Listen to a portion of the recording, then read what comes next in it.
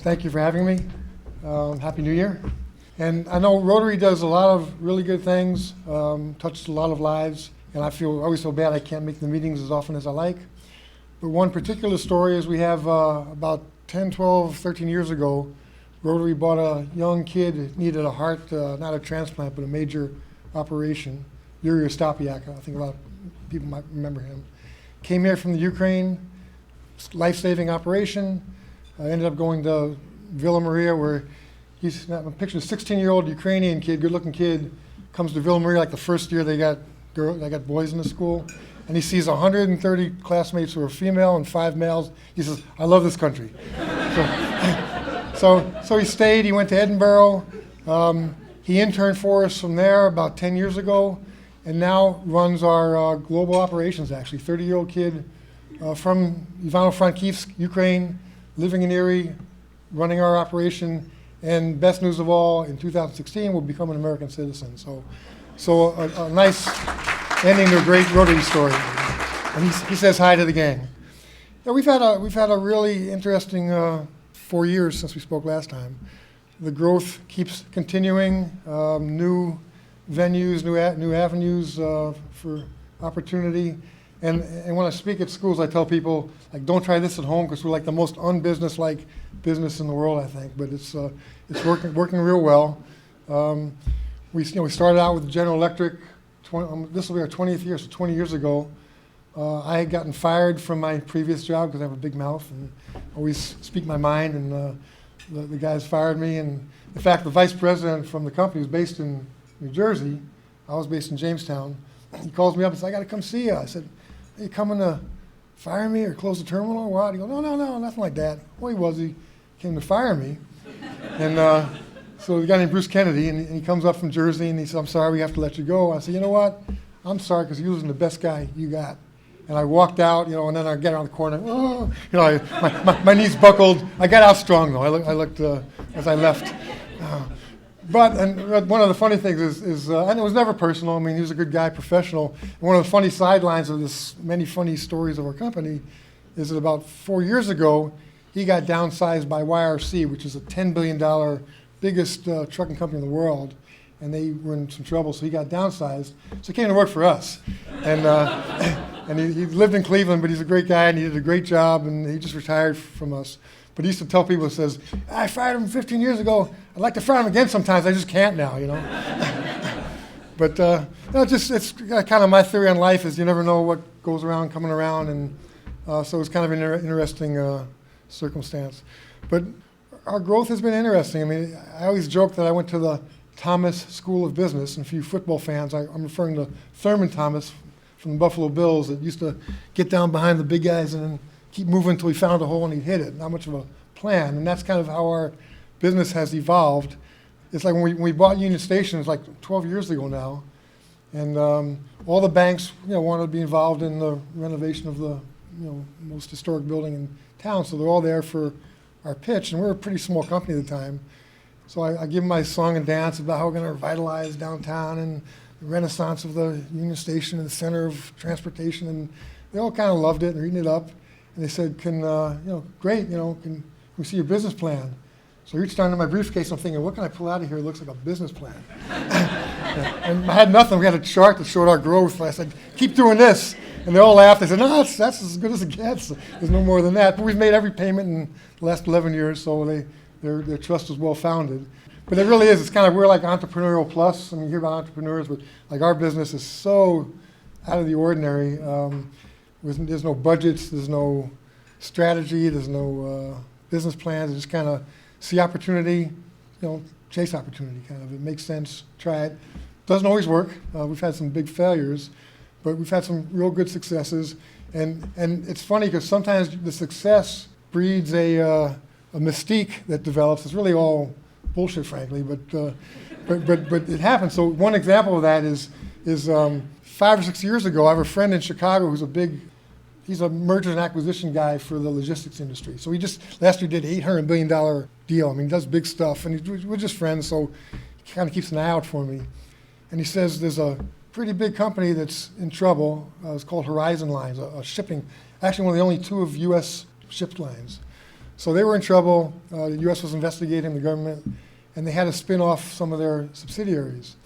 So they had one was called Horizon Logistics, which they kind of created to feed themselves business in our world. He says, but they ran it poorly. All the profit had to go to the parent company, so you really can't tell much from their books, how they're doing. But I think they'd be a good fit for you.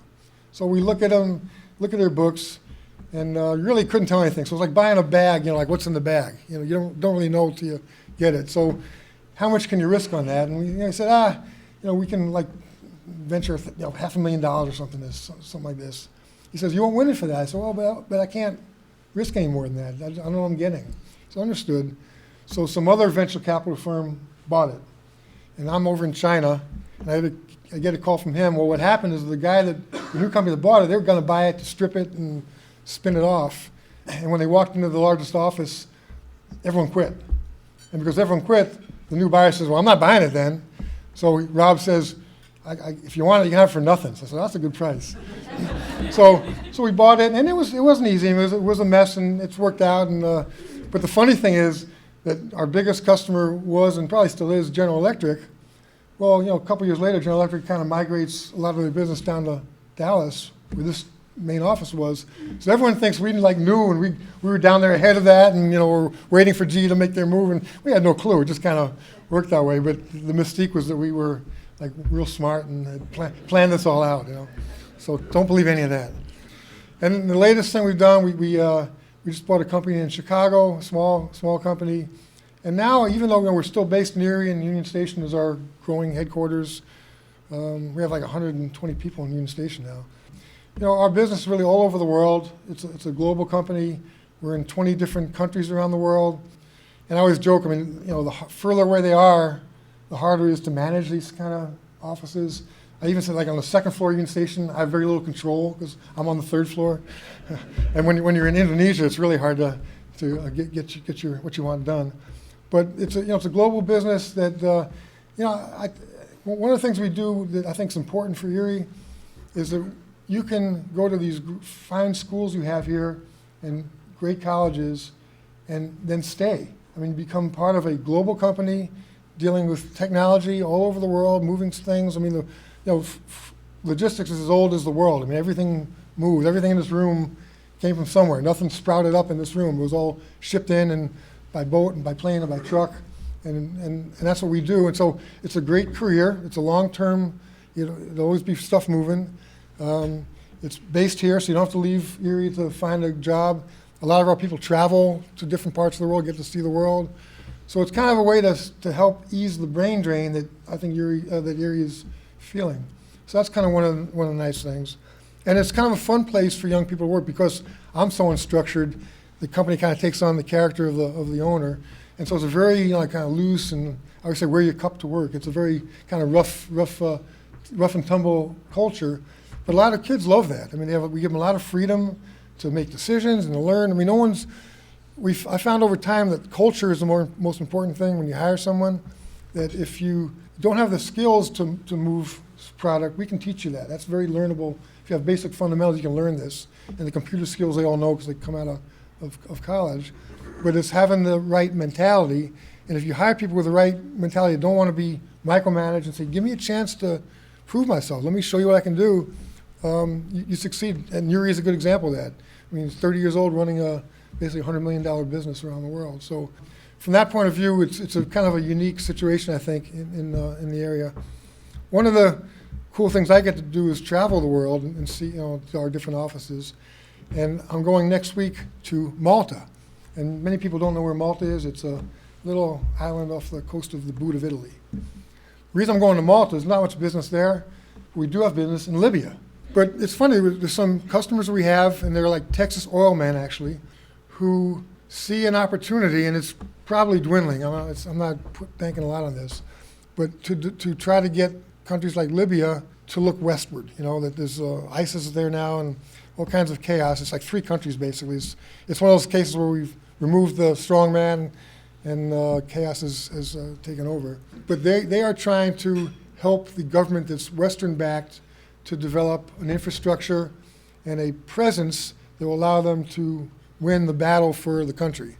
And so we've been shipping over telecommunications and ISPs, so they want to become the only private provider of internet to Eastern Libya, where the U.S.-backed government is, to enable them to reach out to the world and to kind of bring the world to their people there.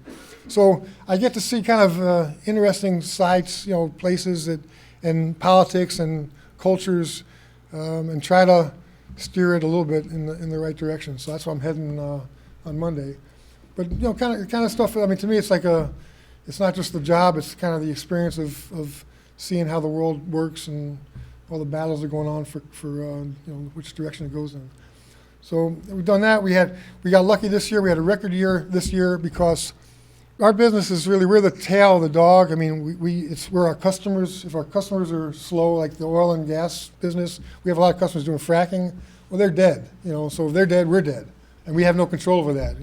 We might do a great job for them. They love us, but if they're not shipping pipe or hose or something, there's nothing for us to do. But fortunately, on that Horizon acquisition 5 years ago, the saleswoman that came along with that company had a niche in the solar industry, which at the time, if you remember, was kind of shaky and no one was sure whether it was paying for itself or was going to make it. Well, it seems like it's turned that corner. And so, for instance, this year we had 2 huge projects, one in Honduras and one in California, that you bring in thousands of these solar panels from usually made overseas in Asia, bring them by boat to the U.S., bring them by rail or truck to a warehouse, and then deliver them one by one to a job site. And they're very carefully, they're all numbered and dutiable, so you have to do it right. But that kind of carried us a lot this year. So even though the Erie business was down, the Texas business was huge. And at the end of the year, I always send out an email around December 1st saying, hey, everyone, the world starts to slow down now till the holidays. But I've learned in past lives, if you kind of pick up the pace now and stay busy and do things, you gain on your competition, you hit the New Year run. So I always send out that email. I didn't need to this year because we were so busy that if I had, people would have shot me. So they don't want to hear that. They're all working till 8 o'clock at night as it was. But anyway, it seems like we had a real good year, record year, starting out real well for 2016. Again, there's still, we're a $100 million company, still no business plans and still no big strategy other than grow. And why I tell people that is, it's funny, in 2007, 2008, it was the first time ever at the time, 17 years, that we had not grown. It was the first time ever we had to let people go, and I hated it. I hated everything about that. I love growth because it gives people a chance to do new things and take on new challenges. Well, that year, by cutting, we actually had the best net profit year in our history. But I hated it. I mean, there's no fun doing that. I'd rather make a little bit less money, but have more fun, get more people involved in into your sphere of the world you've created, and kind of give people a chance to flourish and say, I can do that, and then give them a chance to try it. And so I always tell people, growing pains, they hurt, but they're not like dying pains. So don't complain too loudly. So that's kind of an overview of where we are. If anyone has any questions or thoughts, I'd be happy to. I did a little research, and I think that your company owns some ships now. Is that? That's a bad point. Do we own ships? No, we don't. But yes, we did. Well, I'll tell you something. So picture this. I mean, it's like kind of think of a ship as like a house. If you bought a house at the top of the market and then you lost your job, you had to sell it at the bottom of the market. How tough that is? You're underwater. We bought a ship for $6 million, sold it 3 years later for $470,000, and celebrated. That's no kidding. That's how bad it was. That's how bad that was. So we just got in at the wrong time. The idea was good. The people that know our company a little bit think that the mistake was, do what you know and you shouldn't have bought ships. Wrong lesson, because actually, even with the world in chaos, we had figured it out. We had a good contract with the government of Newfoundland and Labrador that paid us $12,700 a day plus fuel for a ship. That pays the bills. But I'd hired people that were crooks and con artists, and they ripped us off, and that really was the lesson. Probably it's good to do what you know anyway, but but stay out of the ship. And really, the idea of the ship thing, we started 10 years ago with the idea of using I call it back to the future. The French trappers that came into the central United States came in by waterways through the St. Lawrence Seaway and down through the Great Lakes. And that's an unused resource. And in 2006, 2007, the world was booming, the roads were collapsing, the bridges were collapsing. If you remember, the ports were full. So the idea of bypassing all that, instead of stopping at Newark to deliver to Minneapolis, you can go all the way to Minnesota and deliver there, just a short truck ride. It's a good idea, and people are now starting to do that, actually. But we were probably a little bit ahead of our time. We'd found a plan B to buy the time to get to when people were ready for this, but the leadership I hired was crooked and corrupt, and so the funniest rest of the story. So these guys ran this business for us, a separate business up in Canada, and they ran it like they were billionaires, and we run a pretty frugal organization, and even though they couldn't pay the bills and they were going bankrupt, they had all these big posters they made, like giant wooden frames of them in front of the ship, like this with a hard hat on. And we cleaned out the office when we went belly up. I took one of those. I said, I'm going to save this. So it took 2 or 3 years. We finally sold it. And what I did, I put out an announcement in Union Station. I said, okay, 3 o'clock, everyone in the conference room. And everyone like, whoa, what's going on? And we had shots lined up. And I said, okay, ship's gone. Everyone take a drink, get back to work. And someone says, well, how about that picture? You're going to hit that. I said, it sounded like a funny idea, but it's past. I'm not going to do that. Come on, do it. I said, oh, all right. So I get this big poster out. I take it out to Griswold Park. So everyone, you picture 100 people looking out the windows at the train station. Chris Sirianni downstairs had a sledgehammer. So I said, that's stupid. I take this sledgehammer and I see this picture and I, look inside, boom, I hit it.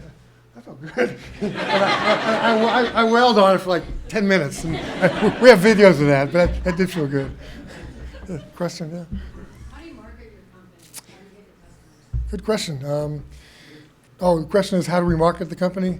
For 19 years, it was, honest to God, from 3 people to a $100 million company, word of mouth. Zero marketing, zero. Other than manufacturers, things like that, but nothing national, nothing big. Local stuff, you get some press, but we've been lucky to win a lot of awards. That gives you some press out there. But really, it's been word of mouth, and more specifically, largely it's been word of mouth through GE. GE started us. We always said we were taken from GE. We were never GE. Other people thought we were.